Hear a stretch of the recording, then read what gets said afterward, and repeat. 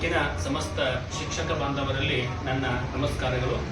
ಕರ್ನಾಟಕ ರಾಜ್ಯ ಪ್ರಾಥಮಿಕ ಶಾಲಾ ಶಿಕ್ಷಕರ ಸಂಘದ ಚುನಾವಣೆ 2026ರಿಂದ 31ರವರೆಗೆ ನಡೆಯಲಿರುವ ಈ ಚುನಾವಣೆಯ ಅಧಿಸೂಚನೆ ದಿನಾಂಕ 1/4/2026ರಂದು ಅಧಿಸೂಚನೆ ಹೊರಡಿಸಲಾಗಿದೆ. ಅಲ್ಲಿನಿಂದ ಇಲ್ಲಿಯವರೆಗೆ ಸಂಘದ ನಿಯಮಗಳ ಪ್ರಕಾರ 1 ವಾರದವರೆಗೆ ಮತದಾರರ ಪಟ್ಟಿಯನ್ನು ಘೋಷಣೆ ಮಾಡಿ ಆಕ್ಷೇಪಣೆ ಸಲ್ಲಿಕೆ ಅವಕಾಶವನ್ನು ಕೊಟ್ಟು ಮತದಾರರ ಪಟ್ಟಿಯನ್ನು ಅಂತಿಮ ಮಾಡಬೇಕಾಗುತ್ತದೆ. ಆ ಯಾವುದೇ ನಿಯಮಗಳು ಈ ಒಂದು ಪ್ರೊಸೀಜರ್ನಲ್ಲಿ ನಡೆದಿರುವುದಿಲ್ಲ. ಅಷ್ಟೇ ಅಲ್ಲ, ದಿನಾಂಕ 11/4/2026ರಂದು ಬೆಳಗ್ಗೆಯಿಂದಲೇ ನಾಮಪತ್ರಗಳ ಸಲ್ಲಿಕೆ ಆಗಬೇಕಾಗಿತ್ತು.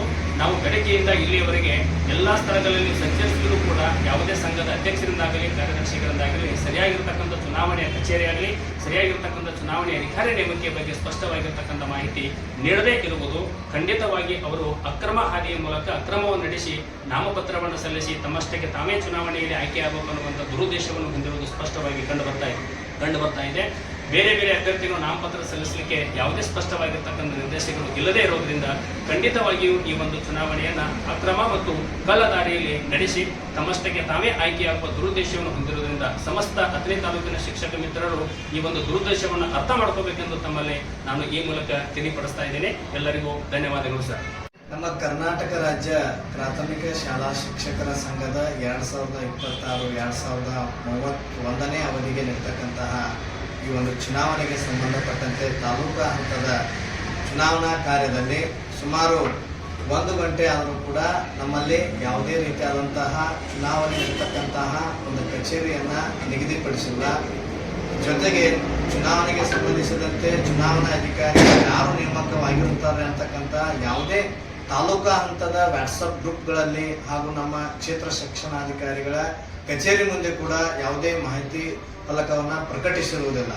ಆದ್ದರಿಂದ ಇದರಿಂದ ನಮಗೆ ಚುನಾವಣೆಯಲ್ಲಿ ಏನೋ ಒಂದು ತಪ್ಪು ದಾರಿಯಲ್ಲಿ ನಡೆಯುತ್ತಿದೆ ಅಂತ ಹೇಳಿ ನಮಗೆಲ್ಲ ಕಂಡು ಬರ್ತಾ ಇದೆ. ಧನ್ಯವಾದಗಳು. ಎಲ್ಲರಿಗೂ ನಮಸ್ಕಾರಗಳು.